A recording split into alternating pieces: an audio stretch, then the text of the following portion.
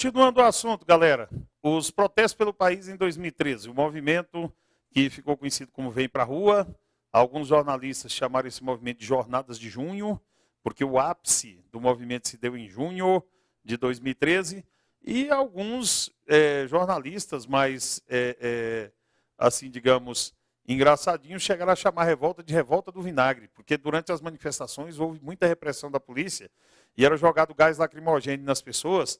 E reza a lenda que se você lavar o rosto com vinagre, diminui o efeito, a potência do gás lacrimogêneo. Então as pessoas iam protestar carregando vidros de vinagre na mão, alguns jovens chegaram a ser presos e tal com os vidros de vinagre. E então também foi chamado de Revolta do Vinagre. Então o movimento Vem Pra Rua, Jornadas de Junho, Revolta do Vinagre, enfim, foi esse conjunto de manifestações populares que fizeram o Brasil acordar, tá ok? Olho aqui na tela, por favor. Olho na tela, ok? Olha só. Aqui nós temos na nossa tela o gigante acordando aqui. Esse gigante, ele virou um ícone, todo mundo colocou no Facebook, nas redes sociais, o gigante levantando com a bandeira do Brasil. Na verdade, isso aqui é uma propaganda, né, do uísque Johnny Walker. Algumas pessoas disseram que as pessoas eram alienadas, que o Vem Pra Rua Brasil era propaganda da Fiat, que esse aqui era do Johnny Walker, que o povo não queria só Bolsa Família mais, o povo agora queria beber uísque, andar de carro, pintou de tudo. Mas vamos dar uma olhada num resuminho aqui, ó. Então, os protestos, resumidamente, nós temos aqui, ó, junho de 2013 deve entrar para a história do Brasil como o mês em que o país despertou da letargia política em que jazia desde o impeachment de Fernando Collor em 1992. Ok?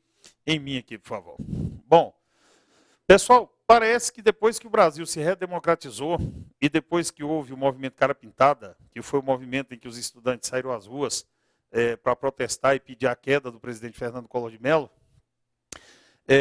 isso foi há 21 anos atrás, o povo brasileiro parece que entrou numa escala de conformismo sem precedentes. Nós tivemos N escândalos de corrupção no governo de Itamar Franco, nós tivemos escândalos no governo de Fernando Henrique, tivemos pencas de escândalo, inclusive temos até um livro famoso, A Privataria Tucana. No governo Lula, nós tivemos um monte de CPI, não foi só do Mensalão, teve CPI dos Correios, CPI da sanguessuga, CPI dos cartões corporativos, não sei o quê. E ninguém fazia nada, cara. Parece que todo mundo estava anestesiado, ninguém estava nem aí, a roubalheira correndo solta. Nós somos um país que tem uma das maiores cargas tributárias do mundo, os impostos subindo sempre, tá, okay? No início do governo Fernando Henrique, a carga tributária nossa era 26% do PIB. Quando ele saiu, ele deixou essa carga tributária em 36%. No governo Lula, ela foi a 38%. E a gente tendo saúde de péssima qualidade, transporte de péssima qualidade, educação de péssima qualidade, segurança de péssima qualidade, chegou uma hora que o caldo entornou, tá, ok? E aí a coisa começou exatamente com protestos do movimento Passe Livre contra o aumento das passagens de ônibus em São Paulo, e esses protestos que inicialmente parece que era por causa de um aumento de 20 centavos na passagem de ônibus, foram tomando proporções cada vez maiores, a pauta de reivindicações foi ampliando, do transporte passou para a saúde, para a educação, para a segurança, para o combate à corrupção e tal, e através das redes sociais e tal, milhares de brasileiros foram convocados e nós chegamos a ter, no ápice do movimento, okay, que foi no dia 20 de junho, mais de 600 municípios do país tendo manifestações, e milhões de brasileiros indo às ruas. Os políticos tremeram, tá, okay? Sumiram da TV, a presidenta Dilma teve que se justificar, enfim. Vamos dar uma olhada aqui, olho na tela de novo para a gente ver os tópicos aqui, ó. O estupim dos protestos foram, só um minutinho, o estopim dos protestos foram os aumentos de preço dos transportes de péssima qualidade que temos no Brasil. Então começou com a pauta reivindicando redução nos 20 centavos que tinha sido aumentado na Prefeitura de São Paulo. O movimento Passe Livre, okay, é um movimento que nós vamos ver sobre ele agora mesmo. O movimento Passe Livre, que foi um movimento que já existia em outras cidades do país, liderava as manifestações que, na verdade, começaram antes. Em fevereiro, nós tivemos manifestações contra o aumento do preço de passagem em Porto Alegre. Em maio, nós tivemos aumento da passagem em Goiânia e houve protestos. E em junho, como a inflação estava subindo demais, São Paulo deixou para dar o aumento que era para ser no começo do ano, só em junho. Aí é que a coisa estourou em São Paulo. Como São Paulo é o estado mais poderoso do país e mais populoso, a partir de lá a coisa tomou proporções. Enquanto foi em Porto Alegre, em Goiânia, a coisa estava regional. Mas São Paulo, meu amigo, é o país, né? Então, aí a coisa tomou realmente manifestações, tomou proporções gigantescas. Os manifestos pacíficos logo descambaram para a violência. Nós vamos falar dos tais de black blocs daqui a pouco e outros agentes que passaram a usar da violência nos protestos. Os manifestos pacíficos logo descambaram para a violência, principalmente com a ação truculenta da polícia, especialmente em Goiânia e em São Paulo. A polícia usou bombas de efeito moral, esse efeito moral entre aspas. Aliás, no Facebook tem um famoso post lá que diz assim, se a bomba é de efeito moral, por que a gente não joga ela no Congresso para ver se moraliza aquela bagaça? Então, a polícia usou bombas de efeito moral, que são bombas não letais, gás lacrimogênio, balas de borracha e até mesmo a cavalaria em São Paulo. Volta em mim aqui, por favor. Então, vejam bem, a polícia desceu o porrete. Rapaz do céu, quando as manifestações começaram, lá em Goiânia, toquei em maio, houve um quebra-quebra próximo do terminal de ônibus foram incendiados, carros foram queimados e a cavalaria foi em cima do estudante, batendo de cacetete, prendendo todo mundo, metendo bomba e metendo a borracha mesmo. Em São Paulo, ok? O choque lá de São Paulo e tal fechou a Avenida Paulista e passou de cavalo por cima das pessoas e tal. Lembrava aquela passeata dos 100 mil na época do regime militar, onde os militares passavam por cima das pessoas, mas ali era ditadura militar, cara. Agora, em plena democracia, os caras passando de cavalo em cima das pessoas, numa truculência absurda. Quanto mais a polícia batia, mais o apoio às manifestações aumentavam, ok? E aí o governo teve que pisar no freio. Porque essa violência policial só estava catalisando ainda mais a vontade das pessoas de protestar e ir para as ruas para combater essa truculência do Estado. Bom, vamos ao nosso próximo slide aqui para a gente entender quem que é esse tal desse movimento Passe Livre que deu o pontapé inicial nesse movimento Vem para a Rua Brasil. Olho na tela para a gente ver sobre o movimento Passe Livre. Bom, movimento Passe Livre, MPL. O que é o movimento Passe Livre? O movimento Passe Livre é um movimento social autônomo, apartidário, não é ligado a nenhum partido político, é horizontal, ok? Não tem um comando, é horizontal e é independente, que luta por um transporte público de verdade, gratuito para o conjunto da população e fora da iniciativa privada. Olhe em mim aqui. Bom, pessoal, essa política do MPL é bacana. Transporte público gratuito, de graça para todo mundo, tira a iniciativa privada, o transporte fica por conta do Estado, todo mundo vai andar de graça. O problema é que de graça não existe, meu amigo, ok? Essa bandeira do movimento Passe Livre é uma bandeira utópica, porque se as pessoas vão andar sem pagar, o governo vai ter que aumentar a carga tributária para algum segmento da sociedade para custear esse transporte, ok? Então, é uma coisa meio utópica, a não ser que você aumente o imposto para os banqueiros, para sei lá quem, mas senão nós mesmos, trabalhadores, vamos ter que custear esse transporte que supostamente seria, então, gratuito, ok? É uma coisa, então, digamos, meio utópica. Mas, pelo menos, se a gente conseguir um transporte decente e a preços acessíveis, já está valendo.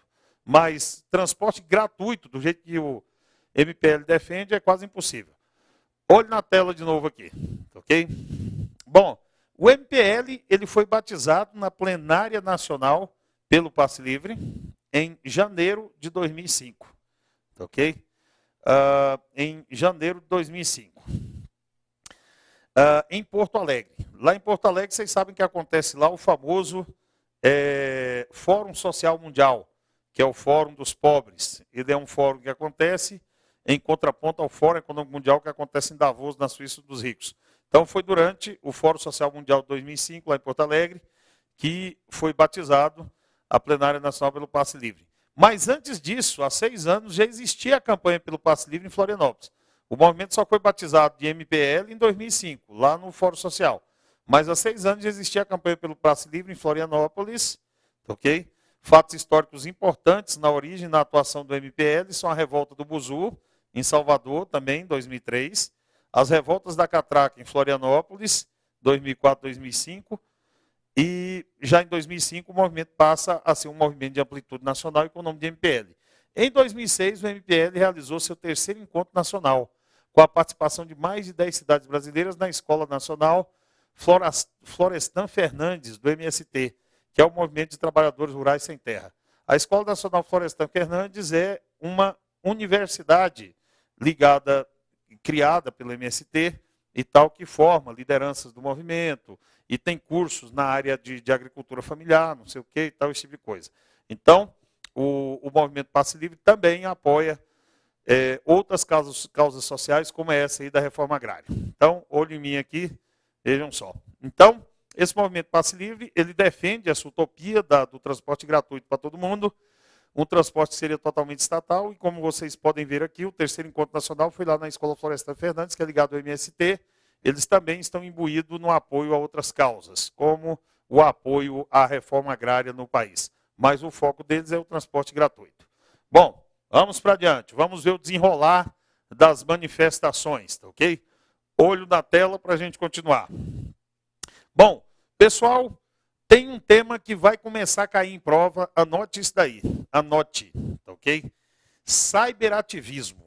Esse negócio aqui, eu estou inclusive conversando com os professores de redação, amigos meus, para eles trabalharem essa questão do cyberativismo com os alunos, porque esse troço vai ser, inclusive, tema de prova, tá ok? O cyberativismo é a mobilização pelas redes sociais. Então, assim como já havia acontecido em outros países, as redes sociais tiveram um papel fundamental na organização dos protestos. As manifestações, olha aqui em mim, por favor. Então, as manifestações, pessoal, aqui no Brasil, elas foram convocadas principalmente através do Facebook e através do Twitter. Nós não fomos pioneiros nisso, não, tá ok? Em outros locais do mundo, as pessoas já tinham usado as redes sociais para se organizar. O que é bom dessas redes é porque elas têm um alcance global, é um meio barato de você difundir ideias e tal, e de você arregimentar um monte de pessoas. E tem um efeito viral, um efeito multiplicador. Eu mando a mensagem para os meus amigos mandam para o deles, e aí a coisa vai crescendo numa progressão que atinge rapidamente um universo muito grande. Tá ok? Olho na tela aqui para a gente ver exemplos de como é que o cyberativismo provocou mudanças anteriormente. Tá ok? Olho na tela. Então, vejam só. Foi assim na Primavera Árabe, o cyberativismo, né? Foi assim na Primavera Árabe, que foi o movimento que derrubou os ditadores no mundo árabe, nós vamos estudar aqui. No movimento Occupy Wall Street, que foram movimentos de jovens americanos protestando contra a crise econômica de 2008 e a ganância do sistema financeiro nos Estados Unidos. Esses jovens do Occupy Wall Street, eles acamparam em frente à Bolsa de Wall Street lá nos Estados Unidos e ficaram durante meses por lá. O movimento dos Los Indignados, na Espanha. Esses Los Indignados eram jovens, principalmente desempregados. O desemprego entre jovens na Espanha, abaixo de 25 anos, está acima de 50%. Olha que maluquice. Jovens abaixo de 25 anos, 50% desempregados. Então, os Los Indignados na Espanha também se organizaram nas redes sociais. E na Primavera Turca, que foi uma revolta popular na Turquia contra a destruição de uma praça para a construção de um shopping, okay? Que quase culminou e tal, em problemas para o governo. Quase não, culminou, porque teve um monte de protesto, morreu gente pra caramba. Então, a pauta de reivindicações se ampliou à medida que a população aderia aos milhões ao movimento. Em 17 de junho, 300 mil pessoas protestaram em 12 cidades, galera. Então, 17 de junho, 300 mil pessoas protestaram em 12 cidades. Olhe em mim aqui novamente, ok? Então, olha só. E isso era só o começo da coisa. A partir do momento que as pessoas foram para a rua, a polícia começou a bater e tal, a coisa se espalhou pelas redes sociais e logo, logo foi marcada uma mega manifestação para o dia 20 de junho. E aí sim o bicho ia pegar. Nesse dia, mais de 600 municípios no país registraram protestos e milhões de brasileiros realmente foram às ruas. Os políticos sumiram, todo mundo se escondeu e a presidenta Dilma teve que sair da toca. O Lula, então, rapaz, virou alcanfor, desapareceu. O cara que não sabe de nada sumiu, apareceu meses depois, que estava no exterior e tal, e se fingiu de morto, ok? Então, vamos ver. Próximo slide nosso aqui. Vamos ver a continuidade aqui dos fatos na sequência aqui, Lógico, olho na tela, por favor. Ok? Olha só. Então, continuando com a história do cyberativismo, mobilização pelas redes sociais. Em 20 de junho foi o auge da manifestação. 1.400.000 pessoas protestaram, pelo menos em 120 grandes cidades e em centenas de pequenos municípios pelo país. Especialistas falaram em mais de 600 municípios. A imprensa chegou a falar em mais de 600 municípios protestando. Então, em grandes cidades, 120 grandes cidades protestando e nos pequenos municípios, centenas deles. A grande imprensa, a princípio, ficou contra as manifestações, ok? A grande imprensa são as grandes redes de TV, Rede Globo, Record e tal, inclusive carros dessas emissoras foram incendiados, palavras de ordem foram gritadas contra a rede de esgoto de televisão e tal, a grande imprensa, os grandes jornais, as grandes revistas foram atacados. O Arnaldo Jabbour, inclusive, fez um comentário extremamente infeliz e depois teve que voltar atrás, disse que era uma revolta de patricinhas e mauricinhos, e aí depois no Jornal da Globo ele teve que voltar atrás e dizer que estava enganado, mas aí a coisa já era tarde. Então, a grande imprensa, a princípio, ficou contra as manifestações, mas com o crescimento da revolta popular, mudou o tom das coberturas e passou a ser praticamente obrigada a cobrir, até porque, olho aqui, por favor, em mim, até porque, a partir do momento em que o movimento foi tomando proporções gigantescas, aí não dava mais para esconder os movimentos. Até porque, coincidentemente, estava acontecendo naquele momento aqui no Brasil a Copa das Confederações, ok? E que é o ensaio para a Copa do Mundo, esse grande evento que vai haver aqui no Brasil. E um dos motivos do protesto era exatamente os gastos exorbitantes com os grandes eventos esportivos. Então, toda vez que tinha um jogo da seleção, e tal, todo mundo protestava. A Dilma, por exemplo, veio inaugurar o Estado Nacional aqui em Brasília, tomou uma vaia sonora, ela e o presidente da FIFA. E no entorno do estádio a violência correu solta. Ela não apareceu em mais nenhum outro evento, tá, ok? E em todos os jogos e tal, então a imprensa era metade falando do jogo, metade tendo que falar dos protestos e tudo mais. Bom, olho na tela novamente, ó. Então, à medida que os protestos foram aumentando, contra a corrupção, contra os gastos absurdos desses grandes eventos, o movimento Passe Livre começa a perder a liderança dos protestos. O movimento Passe Livre perde a liderança dos protestos e os manifestantes portando bandeiras de partidos políticos passaram a ser hostilizados. Ok? No começo das manifestações, bandeiras de partido político, principalmente partidos de esquerda, PSTU, PCO e tal, ainda podiam ser vistas nos movimentos. A partir do momento que o Passe Livre foi deixando a liderança do movimento, os manifestantes tomavam as bandeiras, diziam que o movimento era contra os políticos, era partidário, que os políticos não os representavam e tudo mais. E passaram, então, a ser hostilizados. Foi aí que surgiu no Brasil um grupo de pessoas que se vestem de preto e andam mascarados, que são os chamados Black Bloc. Ok? O movimento Black Bloc ele não é uma novidade aqui do Brasil. O movimento Black Bloc, ele surgiu, olha aqui em mim, por favor, deixa eu falar um pouquinho sobre o Black Bloc. O movimento Black Bloc ele surgiu nos anos 80, ainda no final dos anos 80, lá na Alemanha. E esse movimento é um movimento de jovens adeptos do anarquismo. O anarquismo prega a destruição do Estado, eles são contrários, inclusive, ao sistema capitalista, e eles pregam a violência como forma de manifestação política.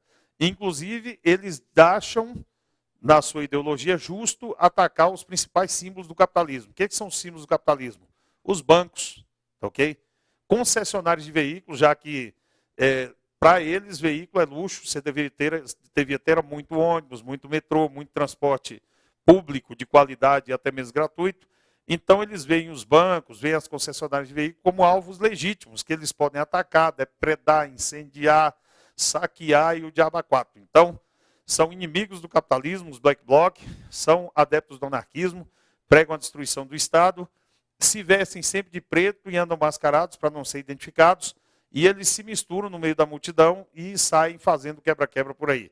Atos que a grande imprensa tem que chamar de vandalismo. Alguns acham que é legítimo o Black Bloc destruir propriedade privada e pública. Bom, pessoal, eu particularmente acho que vandalismo é um negócio que não deve ser feito nem contra coisa nem pública nem privada. Mas a gente tem visto, por exemplo, alguns desses caras quebrando orelhão. Orelhão, banheiro químico, placa de sinal de trânsito, ok?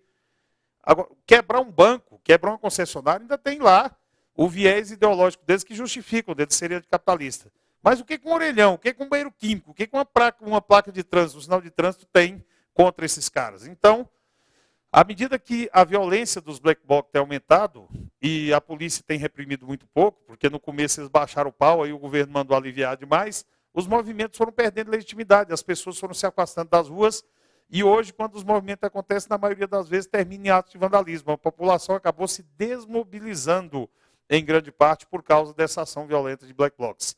Bom, outra novidade também, olho aqui na tela, por favor, que nós temos em relação a esse movimento, é que enquanto a grande mídia, que no começo estava contra, passou a ficar a favor dos movimentos, novas mídias apareceram fazendo coberturas interessantíssimas, ok? As novas mídias, que estão sendo chamadas de quinto poder, que geralmente disse que existe o poder legislativo, executivo, judiciário e imprensa. E essas novas mídias estão sendo chamadas de o quinto poder. São grupos como, por exemplo, o grupo Mídia Ninja, que eles fazem as reportagens, a cobertura das reportagens, diretamente do meio das manifestações. Eles gravam com telefones celulares, gravam com câmeras portáteis e, a partir do momento que eles gravam com essas câmeras, eles transmitem ao vivo dos locais. A Mídia Ninja chegou a transmitir durante 4 horas ininterruptas, sem nenhum tipo de corte, sem nenhum tipo de censura, o cara correndo, tomando bomba na cabeça, policial dando cacetetado e o cara no meio filmando com o celular, trocava a bateria do celular. 100 mil pessoas conectadas no site da Mídia Ninja, fazendo a cobertura. Nós temos o coletivo Fora do Eixo, que é um movimento que é fora dos grandes eixos de mídia, que também participa dessas coberturas que são chamadas agora de quinto poder, e até uma nova forma de fazer jornalismo está surgindo a partir desse assunto aqui. É outro tema que pode aparecer em redação, viu, pessoal? Atualidades é uma matéria que guarda muita coisa com redação. Então, pede o seu professor de redação aí para ver se de repente não é um tema aí que pode ser trabalhado em sala de aula, o surgimento dessas novas mídias, das mídias que estão fora do grande eixo, para ver se a coisa acontece. Vamos para frente? Vamos para frente, né? Então, vejam só. Protesto pelo país. Olho na tela. Não era só pelos 20 centavos. No começo, o Arnaldo Jabor, como eu disse, fez um comentário infeliz, dizendo que as manifestações eram por 20 centavos, e que 20 centavos não justificava aquela bandalheira toda e tudo mais. Mas não era só isso, não. Olha aqui as causas principais do protesto. Quais eram? Ó, aumento nas tarifas de transporte coletivo, foi o estopim de tudo. Então, aumento nas tarifas de transporte coletivo foi um dos fatores. Transporte público insuficiente e de péssima qualidade, de má qualidade. Nós sabemos que o povo é transportado feito gado na maioria das cidades do país. Repressão policial violenta aos protestos, foi outro motivo do movimento recrudescer. Serviços públicos básicos, ó. O que é básico? Educação, saúde, segurança, que todo político promete nas campanhas, de má qualidade, que são prestados no nosso país. Nós pagamos aquela carga tributária imensa e recebemos esse serviço muito ruim. Gastos públicos exorbitantes em grandes eventos internacionais, como a Copa das Confederações, a Copa do Mundo de 2014 e as Olimpíadas de 2006 e 2016, que vão ser no Rio de Janeiro. E os elevados índices de corrupção política e impunidade. São algumas das causas, olhe em mim aqui, por favor, são algumas das causas principais dos protestos. Mas eram protestos difusos também. Tinha gente que levava a placa, abaixo, sei lá, abaixo o preço do chocolate. Outro protestava, cada um. O interessante desse cyberativismo é que cada um leva a bandeira de sua causa e tal. Não é igual aos movimentos antigamente, que o sindicalista ia lá, tinha um líder sindicalista, subia no caminhão, ele comandava, falava qual era a pauta. Não, a pauta vai ser a gente reivindicar mais aumento de salário, aumento do vale-transporte, aumento da cesta básica. Não, aqui cada um reivindicava o que queria. Eu quero mais educação, o outro eu quero mais Coca-Cola, eu quero chocolate mais barato e tal.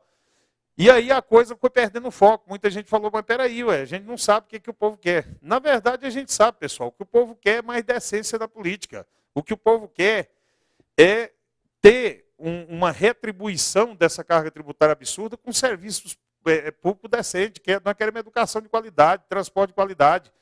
Nós queremos salário digno, queremos emprego decente. Então, é isso, na verdade, que mobilizou o povo. Essas outras coisas eram acessórios, tá ok? Mas é um movimento diferente de todos os outros. E não é só aqui não, no mundo inteiro, onde o cyberativismo acontece, como é um movimento horizontal, não é vertical, é quando você tem aquele líder, né? Horizontal não tem uma liderança. Cada um reivindica o que quer. Então, é esse caráter menaco, mas no fundo a gente sabe, na verdade, o que as pessoas estão querendo. Vamos para frente. Bom, esses protestos pelo país em 2013 reivindicavam, faziam algumas reivindicações e reclamavam alguns objetivos. Olho na tela para a gente ver quais eram os objetivos dos manifestantes.